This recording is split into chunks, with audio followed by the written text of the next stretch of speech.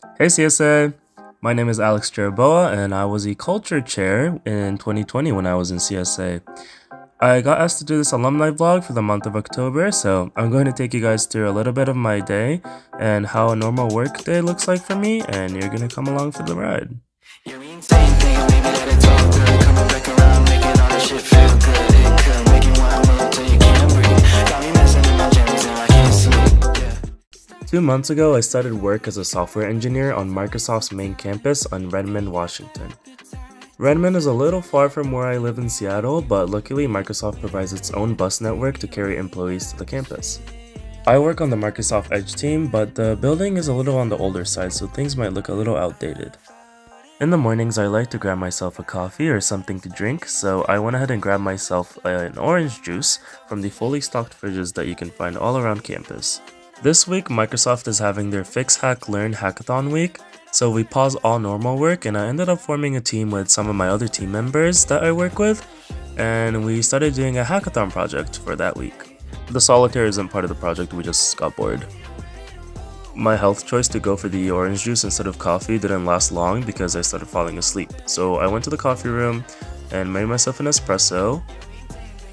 Today was actually the last day of the hackathon week, so we went to the hackathon science fair to check out all of the cool hackathon projects for that week with the rest of my team. You're supposed to be vlogging Mustafa, not me. Oh, you're right. Mustafa, are you excited about— The science fair was taking place in the Commons, which is one of the most popular buildings in the campus, probably because most of the restaurants are consolidated here. It was kind of cool getting to just walk around and browse other hackathon projects and see what people came up with for the week, and to top it off they gave us free ice cream. Afterwards, my teammate Leah and I started heading towards the food hall area to go meet the rest of our team. The food hall has a lot of options, ranging from sushi, pho, Thai food, pizza, but today I just opted for the fried rice option. I sat down to eat my lunch with a couple of teammates, and then soon afterwards we headed back to the conference room that we were doing our hackathon project in. While you can choose anything at all you want to hack on for the hackathon, we decided to do something related to the service that our team provides. It was a great opportunity for me to familiarize myself a little bit more with the code and get an idea of how my coworkers think about things. After the conversation turned to EDM and Leah started showing us her playlist from raves and festivals, we started happy hour, which is every Friday at 4. I made myself a mixed drink because I didn't want to just drink straight bourbon like everyone else was doing, but it didn't mix too well, as you can tell.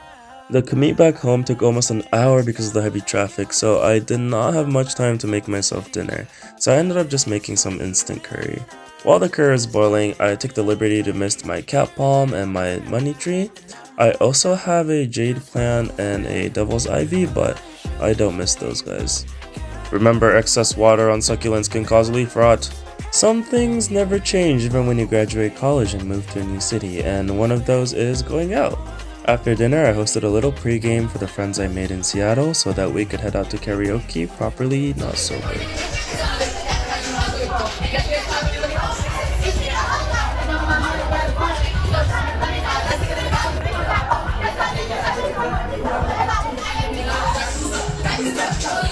One thing I really love about Seattle is that everything is walkable and the public transportation is excellent. So I know I said I would just take you through my typical work day, but I'm gonna take you through the weekend too, because why not? I met up with Justin Lee, who was actually the culture chair in 2019 for CSA, and we headed to Pike Place Public Market, which we'll get to later because first we went to this awesome hand roll place called Sugo. Now, it was an omakase style restaurant for an affordable price, and it was a very intimate dining experience and some of the best sushi I've ever had. We explored around a little bit of the market afterwards because it was actually my first time coming here, and then we headed to Starbucks Reserve Roastery. We actually ended up not buying anything because it was super crowded on a Sunday morning, but it was still a cool experience. Later that afternoon, I headed to Golden Gardens, which is one of the few sandy beaches available in Seattle. Here's a quick intermission for a cool bird I saw, and we got to see the sunset over the water and mountains, and it was definitely a view to die for. For dinner, we went to this place called YGF Malatang. which is a kind of build your own hot pot place where you put in all the ingredients into a bowl, give it to the cashier, and they cook it into this kind of personal hot pot for you where you can choose the mala or spiciness level. Malatang is definitely one of my favorite Seattle spots, and I highly recommend going here if you're ever in town. Lastly, I went to a party for one of my friend's birthdays, and it was on the 40th floor, so of course I had to go admire the view. And that was my Sunday.